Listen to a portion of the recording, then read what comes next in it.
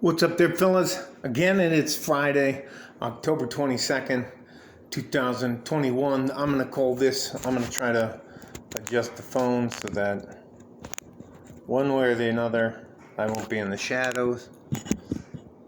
I hope that worked. There are some simple and some semi-complicated things that you can do to make sure you can protect yourself. Now look, as you get older, as a man, you're not going to be as strong as you used to, you're not going to be as fast as you used to, but there are some things that you can do to level the playing field, and I'm going to show you some of them that I use. They're called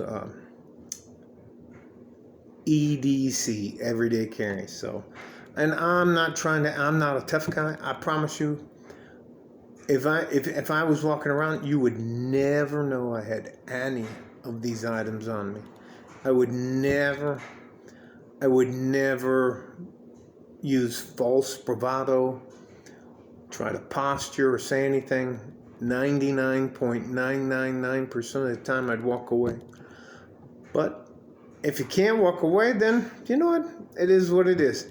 Now, I left my mouthpiece over on the other chair, and it doesn't matter. One of the things we call it a gum shield where I come from, but I guess here in the United States you guys call them mouthpieces. So the other thing is, the first thing I always carry, and we call it where I come from, but it's in Gaelic. It translates to a $2 headache, and that's all it is. Now I had to modify mine because I've actually used it a couple times. So here we go. This is $2 worth of nickels. So this is how it came to be called a $2 headache. It's $2 worth of nickels, and I had to wrap the wrapper that it came in. I used it a couple times, and it broke in my hand, so I had to use some, you guys call it duct tape, to tighten it up. So, but it rattles around in there. But that's where I come from, what we call a $2 headache. Now look, when I tell you these things, I'm not telling you that you should ever be one of those open carry douchebags. Nah, you walk around as an open carry guy, you're looking for problems. People are going to call the cops on you. If you're an open carry guy and you're walking around like, you're making a serious mistake. Everything I carry is things that you would never know that I had on me. The next thing is I carry, in Spanish it's called a cuchillo, or a knife, and it's here it is. It's not anything super expensive. Yes, it's a clip knife. You just lock the blade down, and I can stick. You can secure that anywhere. It locks out. You'd be surprised. If you poke a couple holes in somebody, they'll kind of walk away. Anyways, I have never done anything like that in my life. I am just talking about stuff I've seen on YouTube videos. So let's move on. So we have our $2 headache, which is nothing more than $2 worth of nickels rolled up. And a lot of guys, they do the,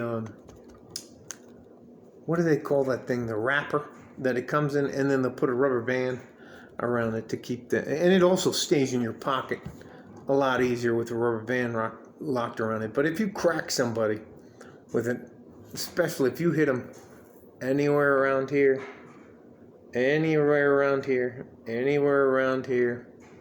up in the tip. Man, let's not get carried away. I'm just telling you things. These are things that as a man, at some point in time, especially as you age, you can't run away. I can't run. My hips, my knees, my ankles, my shoulder, my neck, I can't run away from you. And if you and I are gonna have to fight for whatever the reason, And my beautiful young wife is there. Well, it is what it is. All right. The third thing I always carry wherever I go is a Derringer. And my favorite Derringer is from North American Arms. And it's called the Black Widow. And I'll show it to you. Here it is. It's a 22 Magnum. It's a... I'll try to do it without me pointing it at myself because that's just something I don't get into. It has... it's a 22 Magnum. It has 5 shots. Here, I'll show you. How it goes. You pull down. Turn that out. Pull the hammer back a little bit. Pull the hammer back. There's the 5 chambers. Here are the 5 shots. It's not... You can carry that anywhere. It's something no one will ever have to see that you have it. No one ever has to know about it. You don't have to tell anybody.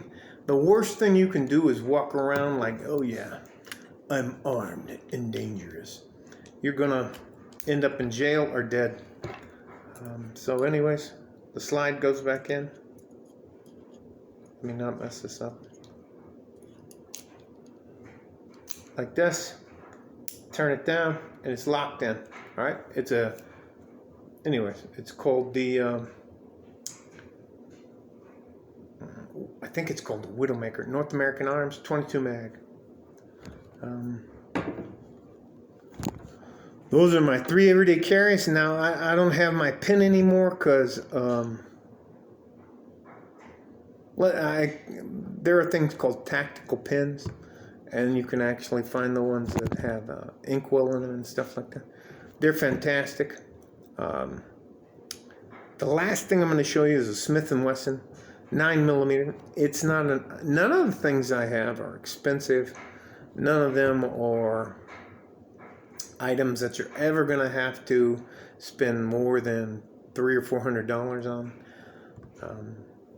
And if $300 or $400 aren't worth your life, then this video may not be for you. And that's just the pistols. All right, so here it is. This is the 15-round magazine for the Smith & Wesson. This is a 9mm round. I suggest you buy good ammunition. Of course it's going to embarrass me. I got it here. Anyways, I have a little plastic machine, and you have to, and I know it may sound stupid to you, but the round should be all the way seated on the back of the magazine. And if it's not, and you have a misfire, or you squeeze the trigger and nothing happens, you can't call timeout in real life. Here is the Smith & Wesson 9mm. It's honestly, I'm pretty sure Smith & Wesson got sued because this looks like a Glock. I think a Glock 19. There's no trigger safety for it, and before you ever hand a weapon to somebody, you pull it to the rear. The fucking slides right here by your thumb.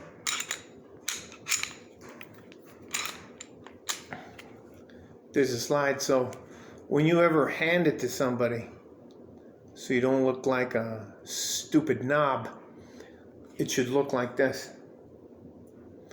And there should never be a clip in it. If you're handing it to somebody and you think you want them to understand that you know what you're doing, it should be locked in the open position. The clip should be out of it. But those are my 4 everyday carries. Look, I'm not trying to act like you have to be on edge and ready to do a forward flip and a ninja back flip and go into your kung fu stance and all that kind of stuff. But as you get older, I can't fight some 24-year-old guy. Let's say he's a boxer. Let's say he's a mixed martial arts guy. Let's say he's a wrestler. I can't fight him. I work out. I'm in good shape, but you have to be realistic about that. And you know what? I have only had to, the proper word is deploy. I've only deployed my mouthpiece, gum. You guys call, I call it a gum shield. You guys call it a mouthpiece. There's a couple times I was in a bar, and I was with my wife and a couple of friends, and I went up to go use the bathroom, and a table of one guy and four girls. The guy took my chair, and he was like, blah, blah, blah, blah, blah, blah, blah, blah. I just pulled in the gum shield. You just tuck it in, and you pull your little $2 out, and you go, hey, man, look, just give me my chair back. We're not going to have any problems. He gave me my chair back and nothing else. So the other stuff, I can't tell you about. But I will tell you this. It's better to have it and never need it. As you get older, and you have to practice with these things. This isn't something that you're just imbued with, where as soon as you buy a knife, there's like some magical thing that comes down for you. So one of the things you can do to help yourself for knife training is called protct terticale. They teach, anyways, I won't get off on a tangent. But other than that, there's dry firing exercises, sheepdog response, Ted Kennedy, he's a fucking badass. I know his Pat Mac's my guy. Pat Mac's my guy. Anyway, they're all on YouTube. You can find them out. It's not the end of the world. It's not a big deal. But hey, I'd rather you be ready. No one know you're carrying. No one know anything about it, and you never have to worry about it in your entire lifetime, than you to have that one time in your life where something terrible happens and you're trying to call time out. You're trying to protect the ones you love with your body because you don't have anything to protect yourself or the ones that you love. For me, the tipping point for me was the September 10th, 2019 Walmart shooting, where those people were slaughtered. Anyways, I'm not going to go off on a deep end or get all emotional or anything like that, but nope. I'd rather have it. I'd rather you have it and never need it than for you not to have it and need it. So it is what it is. Stay safe and healthy. Take care of each other if you can. If you can't, take care of yourself. Like a fart in a G-string from West Texas, El Paso. I'm out of here. Bye-bye.